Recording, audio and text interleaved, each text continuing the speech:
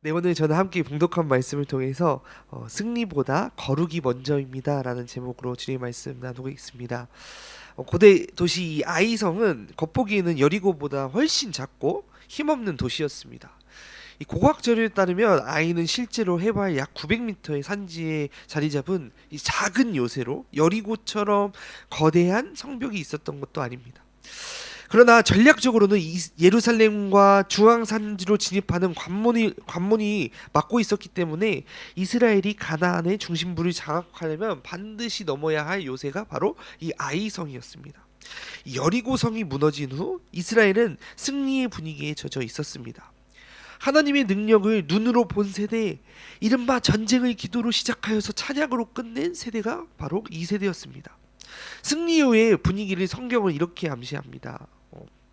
3절의 말씀인데요. 7장 3절의 말씀 제가 읽어드리겠습니다. 그들이 여호수아에게 돌아와서 그에게 보고했습니다. 모든 백성들이 다 올라갈 곳이 없이 입천명에서 3천명만 올라가 아이를 치게 하십시오. 모든 사람을 그리로 보내지 마십시오. 그들의 수가 적기 때문입니다 라고 이야기합니다. 이 말은 단순한 전략을 제안하는 것이 아닙니다. 기도하지 않아도 될 만큼 이번 싸움은 쉬울 것입니다. 하나님께 다시 묻지 않아도 충분합니다 라고 이야기하고 있는 것입니다. 승리 뒤에 찾아온 영적 자만, 그 미묘한 틈이 있었습니다. 흔히 우리는 이렇게 생각합니다. 승리의 경험은 우리를 더욱더 강하게 만들 것이다. 그러나 성경은 다르게 말합니다. 가장 큰 위험은 실패가 아니라 승리 후 찾아오는 영적 둔감함입니다. 사람은 처음에 성공을 경험하고 나면 경계하는 것이 아니라 그저 마음에 이 안심하면서 느슨함이 찾아오게 됩니다. 오늘 본문은 그것을 그대로 보여줍니다.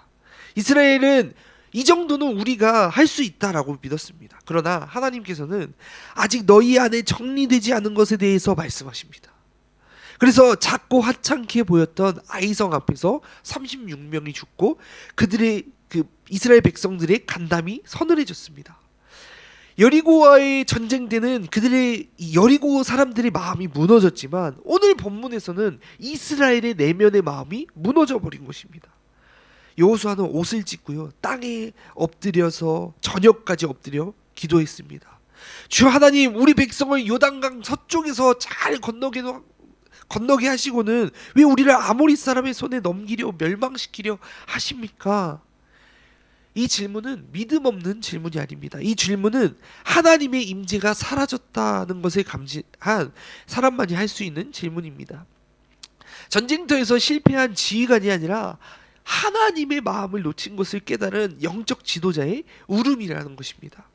이제 우리는 오늘 이 사건에 대해서 좀 더 깊이 있게 들여다보고자 합니다. 오늘 본문에서 실제로 어떤 일이 일어났습니까? 아이성에서의 패배는 무엇의 결과였습니까? 바로 승리의 뒤편에서 이미 시작되고 있었던 그 실패의 원인이 무엇인지 우리가 함께 직면해 보고자 합니다. 이제 우리는 이 사건을 처음부터 정확히 바라보고자 합니다. 무슨 일이 일어났습니까? 이 질문 앞에 우리가 정직하게 서보겠습니다. 여호수아는 아이성을 향해 약 3,000명을 보냈습니다. 전쟁을 시작했고 결과는 참혹했습니다. 아이 사람들이 이스라엘을 내쫓아내며 30여 명을 죽이고 성문 앞에까지 밀어붙였습니다. 그리고 결국 이스라엘 백성들은 도망치고 그들의 마음이 무너져 버렸습니다. 7장 5절의 말씀 함께 읽어볼까요? 7장 5절의 말씀. 아이 사람들이 이스라엘 사람 36명을 죽이고는 성문 앞에서 스바림까지 쫓아가 비탈길에서 사람들을 쳤습니다. 그러자 이 말은 단순히 겁이 났다는 것이 아닙니다. 이 표현은 하나님이 더 이상 우리와 함께하지 않으신다, 이것을 느낀 사람들의 두려움이 일어났다는 것입니다. 전투 현장에서 그저 진 것이 아니라 하나님의 임재가 느껴지지 않는 그 공허 앞에서 무너진 사람들의 고백이었다는 것입니다. 사람들은 그저 전쟁에서 패배했다고 생각하지만 그들은 전쟁 전에 이미 패배한 상태였습니다. 왜냐하면요, 여리고성을 만났을 때 그들은 말씀 앞에서 7번 돌며 순종했습니다. 그런데 오늘 아이성에서는 어떻게 했습니까? 2, 3천 명이면 충분합니다 라고 고백하는 것입니다. 이 말은 그 정도는 우리가 그저 할 수 있습니다. 우리가 밀어붙일 수 있습니다라고 이야기하는 것입니다. 그들의 의존이 자신들의 강함에 있다고 고백하는 것입니다. 그래서 오늘 본문을 보면 이스라엘은 성공과 승리를 경험한 후 하나님께 재확인하지 않고 그 작은 무력함 앞에서 하나님이 계시지 않았음을 깨닫고 마음이 무너졌음을 알 수 있습니다. 패배는 전쟁터에서 시작된 것이 아니라 이미 전쟁이 시작되기 전에 하나님을 찾지 않았던, 하나님을 의지하지 않았던 그 순간부터 시작되었던 것입니다. 여기서 핵심은 이것입니다. 패배는 힘이 부족해서가 아니라 하나님과의 관계가 사라졌기 때문에 일어났습니다. 결과가 실패였던 것이 아니라 과정이 이미 실패였던 것입니다. 그리고 이 깨달음이 여호수아를 옷을 찢고 땅에 엎드리게 합니다. 이제 우리는 다음 질문으로 넘어가야 합니다. 도대체 이 패배는 언제부터 시작되었는가? 그것은 바로 여리고성 전투 승리 직후 바로 기도가 멈춘 그때였습니다. 아이성 앞에서의 패배는 여리고 승리 이후에 시작됩니다.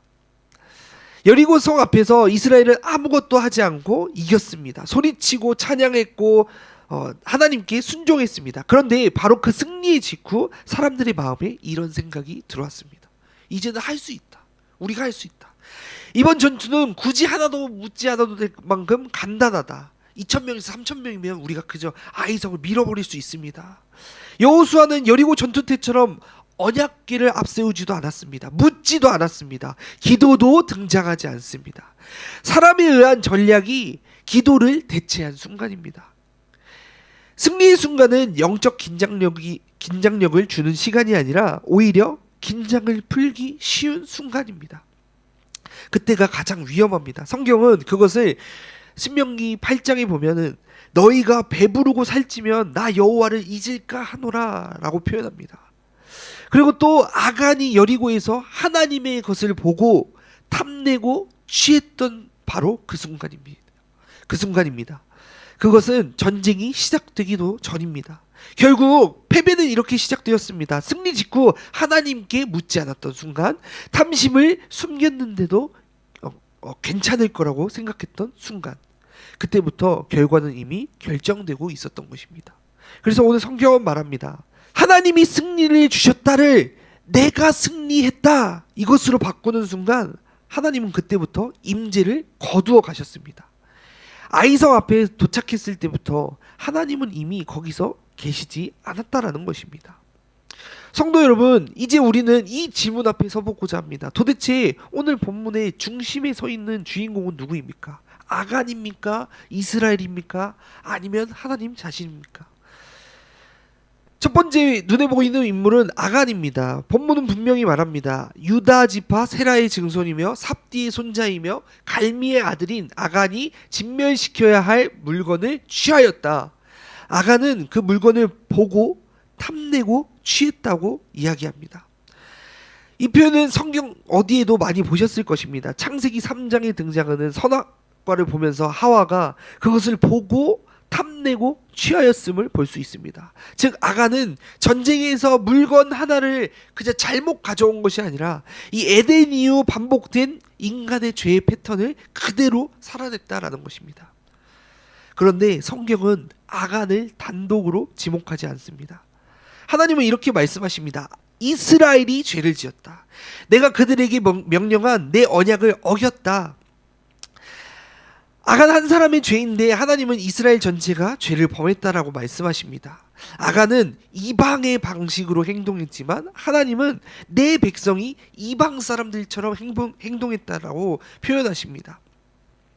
이 본문은 아간의 죄를 다루지만 핵심은 죄 자체가 아니라 그 죄를 다루시는 하나님의 대응입니다. 하나님은 이렇게 말씀하십니다. 12절에 진멸시켜야 할 물건을 너희 가운데서 제거하지 아니하면 내가 너희와 함께하지 아니할 것이다. 즉 이 사건의 중심에 계신 분은 죄 지은 사람이 아니라 죄를 다루시는 하나님 자신입니다.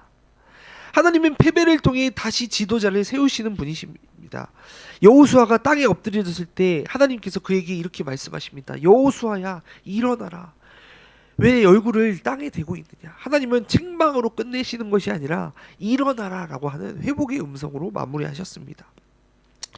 이제 우리는 하나님께서 이 실패 이후에 어떻게 일하시는가 이것을 바라보고자 합니다. 패배가 끝이 아니라 회복이 시작되는 순간입니다.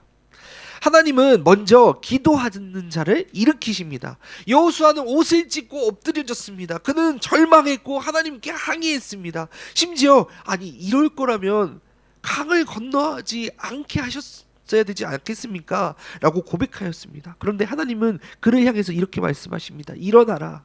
왜 얼굴을 땅에 대고 있느냐? 이 말씀은 기도를 멈추라는 말이 아니라 하나님이 말씀하셨으니 이제 행동하라는 명령입니다. 또 하나님은 고백을 강요하지 않고 드러내게 하십니다. 하나님은 이렇게 말씀하십니다. 아침에 지파별로 나오게 하라. 가족별로 나오게 하고 성인 남자별로 나오게 하라.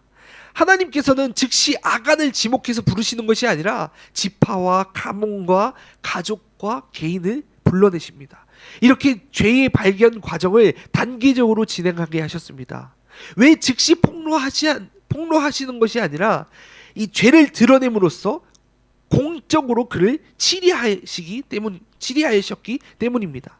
하나님은 아간의 죄를 폭로하시는 방식으로 은밀한 죄를 공동체 앞에서 공개적으로 다루신다라는 것입니다. 또 하나님은 진멸되기 전에 먼저 회개할 기회를 주십니다. 이 제비뽑기 과정은 단순한 추적이 아닙니다. 그 과정 속에서 아간은 여러 번 자신의 죄악에 대해서 이야기할 기회를 얻었습니다. 그러나 그는 멈추지 않았습니다. 그는 이야기하지 않았습니다. 그래서 여호수아는 마지막에 이렇게 묻습니다.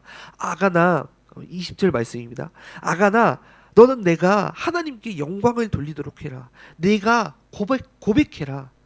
이는 보복을 명령한 것이 아니라 마지막 은혜의 초청을 말하고 있습니다. 하나님은 진멸되기 전에 먼저 회개할 기회를 주십니다. 사랑하는 성도 여러분, 하나님이 허락하시면 풍성함이 복이고 하나님 없이 얻은 것들은 저주가 됩니다. 그렇다면 이 말씀은 오늘 우리에게 무엇을 요구하십니까? 바로 승리보다 거룩을 먼저 준비하라는 주님의 초청이 담겨져 있는 것입니다.